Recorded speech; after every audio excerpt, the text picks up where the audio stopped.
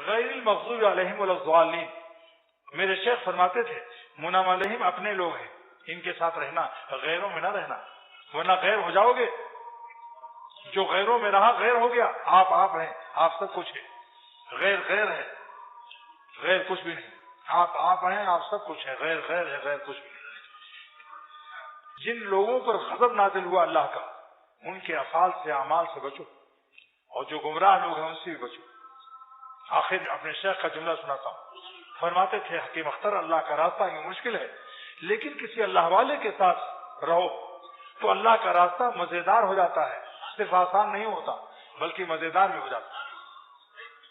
حضرت حکیم امت تھانوی رحمۃ اللہ علیہ فرماتے ہیں کہ میں اہل اللہ کی صحبت کو فرض عین قرار دیتا ہوں، کیونکہ اصلاح نفس فرض عین ہے اور بغیر اہل اللہ کی اصلاح نہیں ہوتی. عادت اللہ یہی ہے.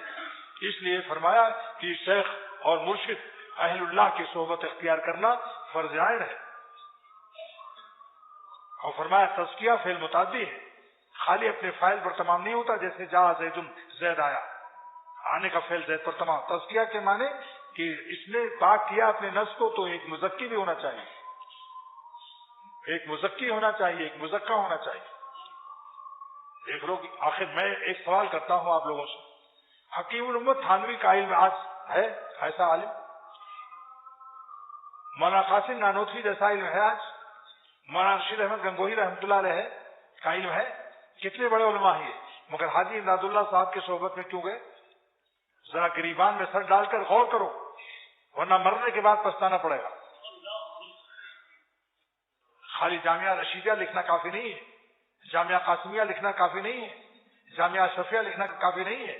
ان بزرگوں نے جو راہ چلی اس چال کی چلن چلو.